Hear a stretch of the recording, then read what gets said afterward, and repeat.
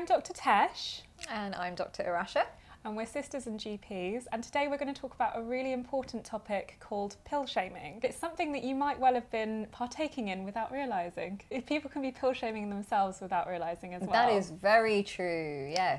So for example, people who are taking anti-anxiety medication, if their family, or even if they tell themselves, oh, I should be able to do this by myself, I should be able to cope, I should be able to fight the anxiety in a more natural way, I shouldn't need medication, then that's pill shaming. Yeah, so I think that's probably one of the most common scenarios that this is relevant to, is things like mental health problems. People seem to think that they should be stronger than their disease and manage it without medication. And one of the things that I most commonly tell people is they need to think about those things as they would do other physical health conditions. So things like high blood pressure or diabetes, and the list is pretty much endless. Where if a doctor said to you, actually, you know, you've done everything you can, at this stage I think you need medication, most people are fairly responsive to that, or definitely more responsive to that than they would be for the exact same scenario for a medication that's for mental health.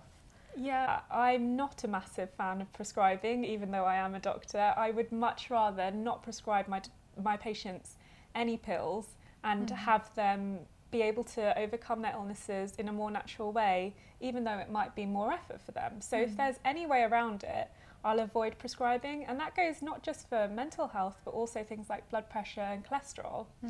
But if things are in a bad state at the time, sometimes it's safer for the person, and it will help them in their life to just start on the medication and have a plan to try and get off it later on. So in a year's time or 2 years' time, have an aim that they're not going to be stuck on it forever. And that's what I've been trying to negotiate with patients instead.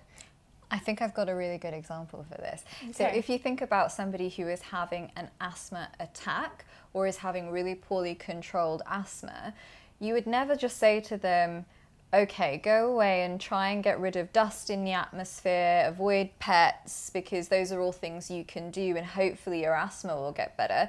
You say, okay, you're struggling, I don't want you to be unwell like this, and you're going to need some medicine so to you get can you, breathe. yeah, so you can breathe, so that you can be well in yourself.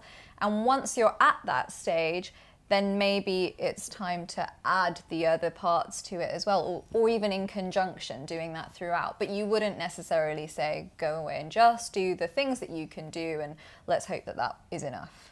Yeah, definitely. Going back to mental health, it's a similar thing when a diagnosis of quite significant depression comes up with one of my patients, or significant anxiety that's stopping them from being able to interact normally with other people in their lives. They're not able to do things that they enjoy, or it's their work is suffering or their home life suffering. Then we have a discussion, could you go on medication? Often they would much rather do counselling, which is absolutely, that's fine. But some people are in such a state that they would actually struggle to respond to the counselling. They would struggle to really concentrate during it, or understand the whole process, or have enough energy to actually engage in the counselling process and learning from that experience so that they can overcome their mental health illness. It's sometimes much more helpful to start some sort of medication so that they're able to treat the symptoms and engage better in counselling or other activities like exercise and healthy living as well, so that their mental health can be built up. And then once they're really stable, and once they've been on the medication for long enough that it's going to be effective, then you can start thinking about taking it off, and they can carry on those lifestyle changes and counselling or whatever else has helped them, so that they're protected against further relapses.